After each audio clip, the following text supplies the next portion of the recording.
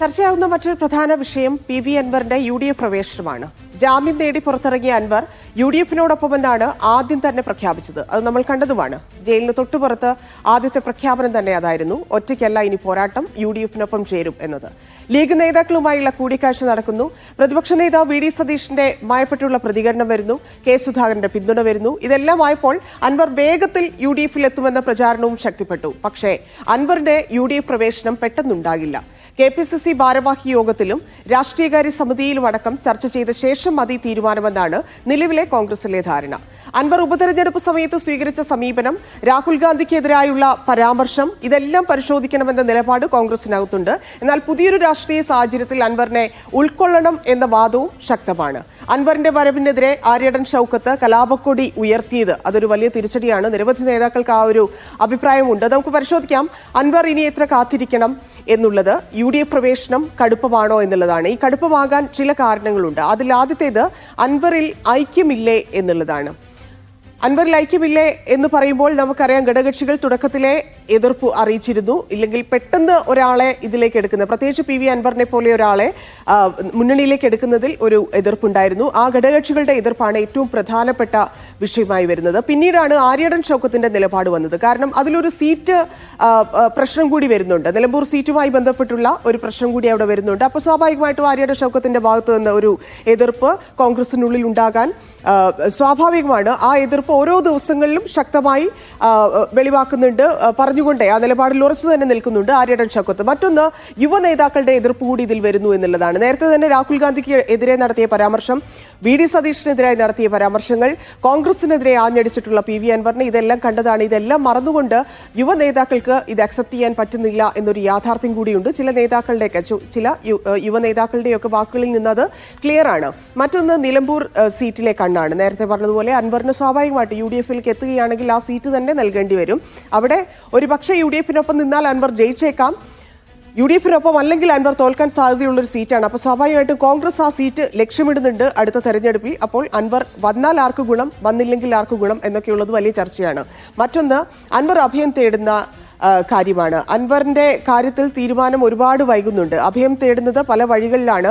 ഈ കോൺഗ്രസിന്റെ തീരുമാനം വൈകുന്നതിന് നിരവധി കാരണങ്ങളുണ്ട്. ഈ പറഞ്ഞതുപോലെയുള്ള പല ഘടകങ്ങളും അതിന്റെ ഭാഗമായി വരുന്നുണ്ട്. അപ്പോൾ സ്വാഭാവികമായിട്ടും കോൺഗ്രസിന് ഒറ്റയ്ക്ക് ഇതിലൊരു തീരുമാനമെടുക്കാനാകില്ല. അപ്പോഴാണ് ഈ ലീഗിന്റെ വഴി വരുന്നത്. ലീഗ് വഴിയാണ്, പാണക്കാട് എത്തിയാണ് ഈ ഒരു നീക്കം എളുപ്പമാക്കാൻ അൻവർ ശ്രമിച്ചത്. ആ ലീഗിന്റെ വഴി എളുപ്പമോ എന്നുള്ള കാര്യത്തിൽ പോലും വ്യക്തതയില്ല. കാരണം തുടക്കം മുതലേ നമുക്കറിയാം, പിണറായി വിജയനാണ് തുടക്കത്തിലെ ബേസിക്കലി അൻവർ ഒരു കോൺഗ്രസ്സുകാരനാണ് എന്ന് പറഞ്ഞു വെച്ചുകൊണ്ട് അൻവറിന്റെ നീക്കങ്ങളെക്കുറിച്ച്, അൻവർ നടത്തിയ നീക്കങ്ങളും ചർച്ചകളും ഇല്ലെങ്കിൽ നാടകങ്ങളെയൊക്കെ കുറിച്ചുള്ള കാര്യങ്ങളൊക്കെ നേരത്തെ തന്നെ പുറത്തു വന്നതാണ്. ആ വഴി തന്നെ ലീഗ് വഴി അൻവർ കയറുന്നു എന്നുള്ള അഭ്യൂഹങ്ങൾ ഇപ്പോഴൊക്കെ വരുന്നുണ്ട്. മറ്റൊന്ന്, ഈ ജനകീയ വിഷയങ്ങൾ, ആര്യടൻ ഷൗക്കത്ത് പറഞ്ഞതുപോലെ ഈ ജനകീയ വിഷയങ്ങളിൽ പല വിഷയങ്ങളിലും അൻവർ LDFിൽ ഉണ്ടായിരുന്നപ്പോഴും ഇടപെട്ടിട്ടുണ്ട്. പക്ഷേ ഈ പറഞ്ഞ വന്യജീവി ആക്രമണത്തിലോ നേരത്തെ തന്നെ നിലമ്പൂരിൽ ഇത്തരത്തിലുള്ള സംഭവങ്ങൾ ഉണ്ടായപ്പോഴോ ഒക്കെ അൻവർ അവിടെ ഉണ്ടായിരുന്നോ എന്നതൊരു വലിയ ചോദ്യചിഹ്നമായി നിൽക്കുന്നു. കാരണം ജനകീയ വിഷയങ്ങൾ പറഞ്ഞതുകൊണ്ട് മാത്രം PV അൻവറിനെ UDFിൽ എടുക്കേണ്ടതുണ്ടോ എന്ന് ആര്യടൻ ഷൗക്കത്ത് ചോദിച്ചതുപോലെ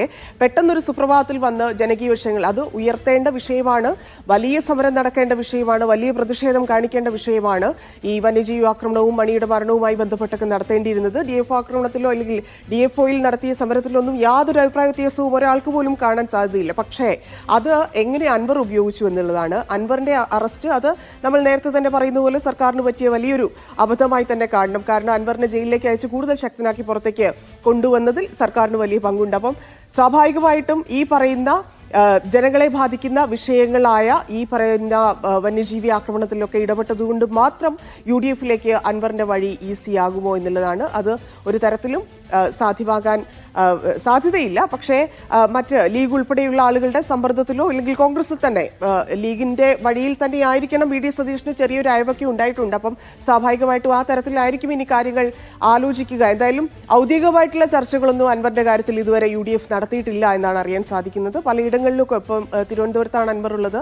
അവിടെയും മുതിർന്ന നേതാക്കളെയൊക്കെ കണ്ടിട്ടുള്ള കുറച്ച് ചർച്ചകളൊക്കെ നടത്താനുള്ള സാധ്യതയുണ്ട്. കാരണം മറ്റൊരു വഴിയും അൻവറിന്റെ മുന്നിലില്ല. അൻവർ ഒറ്റയ്ക്കായി പോയ ഒരു സാഹചര്യത്തിലായിരുന്നു ഈ അറസ്റ്റ് വന്നത്. അത് വലിയ ഗുണം ചെയ്തിട്ടുണ്ട്. അങ്ങനെ ഒറ്റപ്പെട്ടു നിന്നാൽ അൻവറിന്റെ രാഷ്ട്രീയ ഭാവി വലിയ ചോദ്യചിഹ്നത്തിൽ നിൽക്കുന്നതുകൊണ്ടും അത് വളരെ മോശം അവസ്ഥയിലേക്ക് അൻവറിനെ തള്ളിവിടുമെന്ന് അൻവറിന് ബോധമുള്ളതുകൊണ്ടും UDF-ലേക്കുള്ള വഴി എളുപ്പമാക്കുക എന്നത് അൻവറിന്റെ മാത്രം ആവശ്യമായതുകൊണ്ടും പല വഴികളും അദ്ദേഹം സ്വീകരിക്കാനുള്ള സാധ്യതയുണ്ട്. അതിന്റെ ഭാഗമായിട്ടുള്ള നീക്കങ്ങളും ഓട്ടങ്ങളും അദ്ദേഹം നടത്തിക്കൊണ്ടിരിക്കുകയാണ്. എന്തായാലും എന്താണ് ഇതിന്റെ ഒരു രാഷ്ട്രീയ സാഹചര്യം നിലവിൽ ഉള്ളതിനെ കുറിച്ച് KR സാജു വിശദീകരിക്കും. PV അൻവർ MLA-യുടെ UDF പ്രവേശനം വളരെ വേഗത്തിൽ നടക്കുമെന്നായിരുന്നു ആദ്യഘട്ടത്തിലെ പ്രതീതി. അതിനുള്ള പ്രധാനപ്പെട്ട കാരണം PV അൻവറിന്റെ അറസ്റ്റും ആ അറസ്റ്റിനോട് UDF നേതാക്കൾ നടത്തിയ പ്രതികരണവുമായിരുന്നു. പിന്നാലെ ജാമ്യം കിട്ടി പുറത്തു വന്ന PV അൻവർ ആകട്ടെ താൻ UDF-നൊപ്പം സഹകരിക്കാൻ പോകുന്നു എന്ന പ്രഖ്യാപനം നടത്തുന്നു. UDF നേതാക്കളെ കാണുന്നു. VD സതീശൻ എന്ന പ്രതിപക്ഷ നേതാവിന്റെ മയപ്പെട്ട പ്രതികരണം എന്നിവയെല്ലാം ചേർത്തപ്പോൾ വളരെ വേഗത്തിൽ PV അൻവർ UDF-ലേക്ക് എത്തുന്നു എന്ന പ്രതീതി ജനിപ്പിച്ചു എന്നുള്ളത് വസ്തുതയാണ്. പക്ഷേ കാര്യങ്ങൾ അത്ര സുഗമമല്ല. വേഗത്തിലൊരു തിടുക്കപ്പെട്ടുള്ള തീരുമാനം വേണ്ട എന്നാണ് ഇപ്പോൾ കോൺഗ്രസ് നേതാക്കൾക്ക് ഇടയിലെ ധാരണ. അതുകൊണ്ടാണ് PV അൻവർ കൂടിക്കാഴ്ചയ്ക്കുള്ള ആഗ്രഹം പ്രകടിപ്പിച്ചിട്ടും മുതിർന്ന കോൺഗ്രസ് നേതാക്കൾ ഇതുവരെ കൂടിക്കാഴ്ചയ്ക്ക് വഴങ്ങാത്തത്. അതൊരു സമയമെടുത്ത് പാർട്ടിക്കുള്ളിൽ ചർച്ച ചെയ്ത ശേഷം എടുക്കേണ്ട തീരുമാനം ആണ് എന്നാണ് മുതിർന്ന കോൺഗ്രസ് നേതാക്കളുടെ നിലപാട്. PV അൻവറിന്റെ വരവ് രാഷ്ട്രീയമായി ഏതൊക്കെ അർത്ഥത്തിൽ ഗുണം ചെയ്യും എന്നത് ആലോചിക്കേണ്ടതുണ്ട്. ഒപ്പം തന്നെ PV അൻവർ വന്നാൽ കോൺഗ്രസിന്റെ മലപ്പുറത്തെ ഇക്വേഷനുകളിൽ ഉണ്ടാവാവുന്ന മാറ്റം അത് ആ പാർട്ടിക്കുള്ളിൽ എന്തൊക്കെ പ്രതിസന്ധി ഉണ്ടാക്കും എന്ന കാര്യങ്ങളൊക്കെ ആലോചിച്ചുകൊണ്ട് മാത്രമേ വേഗത്തിൽ ഒരു തീരുമാനം എടുക്കാൻ UDF-ന് കോൺഗ്രസിന് കഴിയുള്ളൂ. പ്രത്യേകിച്ച് PV അൻവർ വന്നാൽ അദ്ദേഹത്തിന് അടുത്ത നിയമസഭാ തെരഞ്ഞെടുപ്പിൽ മത്സരിക്കാൻ നിലമ്പൂർ സീറ്റ് നൽകേണ്ടി വരും. കോൺഗ്രസിൽ ആര്യാടൻ ഷൗക്കത്തും VS ജോയിയും അടക്കമുള്ള നേതാക്കൾക്ക് നോട്ടമുള്ള സീറ്റാണത്. അതിന്റെ ആദ്യ പ്രതിഫലനങ്ങൾ ഇന്ന് ആര്യാടൻ ഷൗക്കത്തിൽ നിന്ന് തന്നെ PV അൻവറിന് എതിരെ ഉണ്ടായിട്ടുണ്ട്. ഒരാൾ ഓഫീസ് തല്ലിപ്പൊളിച്ചു എന്നതിന്റെ പേരിലല്ല UDF-ലേക്ക് കടന്നു വരേണ്ടത് എന്ന പ്രയോഗം തന്നെ വളരെ മുനവെച്ചുള്ള സംസാരത്തിന്റെ കൂടി ഭാഗമാണ്. സ്വാഭാവികമായും സ്വന്തം പാർട്ടിയിൽ പ്രശ്നങ്ങൾ സൃഷ്ടിക്കാതെ വേണം കോൺഗ്രസിന് ഇത് പരിഹരിക്കാൻ. അതേസമയം ഇക്കാര്യം നാളെ ചേരുന്ന കോൺഗ്രസിന്റെ ഭാരവാഹി യോഗത്തിൽ KPCC-യുടെ ഭാരവാഹി യോഗത്തിൽ ചർച്ച ചെയ്യപ്പെടും എന്ന കാര്യവും ഉറപ്പാണ്.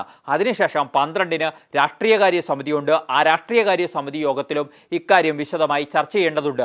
അതിനുശേഷം വേണം UDF-ലേക്ക് വരാൻ. UDF-ലേക്ക് വരുമ്പോൾ പോലും കോൺഗ്രസിന്റെ താല്പര്യപ്രകാരമുള്ള ഒരു രംഗപ്രവേശനം എന്ന രീതി സൃഷ്ടിക്കാൻ കോൺഗ്രസിന് താല്പര്യമില്ല. ഘടകകക്ഷികളിൽ ആരെങ്കിലും വിഷയം ഉയർത്തുകയാണെങ്കിൽ അപ്പോൾ അതിന്മേൽ എല്ലാവരുടെയും ഒരു സമവായത്തോടു കൂടിയുള്ള തീരുമാനമായി അൻവറിനെ മുന്നണിയിലേക്ക് പ്രവേശിപ്പിക്കുന്നതിലും കോൺഗ്രസിന് എതിർപ്പില്ല എന്നുള്ളതാണ് വസ്തുത.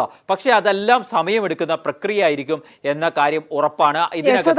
പറഞ്ഞതുപോലെ വലിയ സമയമെടുത്ത് മാത്രമേ ഇതിലൊരു തീരുമാനമാകാനുള്ളൂ. അതിനിടയിലാണ് അടുത്ത തദ്ദേശ തെരഞ്ഞെടുപ്പ് വരുന്നുണ്ട്. അത് കഴിഞ്ഞ ഒരു വർഷം കഴിഞ്ഞാൽ നിയമസഭാ തെരഞ്ഞെടുപ്പ് വരുന്നുണ്ട്. പക്ഷേ തീരുമാനം എത്രയും പെട്ടെന്ന് ഉണ്ടാകും. അത് എത്രത്തോളം ഡാമേജ് ഉണ്ടാക്കും എന്നതിലൊക്കെ വലിയ കൺഫ്യൂഷനൊക്കെ UDF-ന് ഉണ്ടാവും. എന്തായാലും സമയമെടുക്കും എന്നുള്ളതാണ്.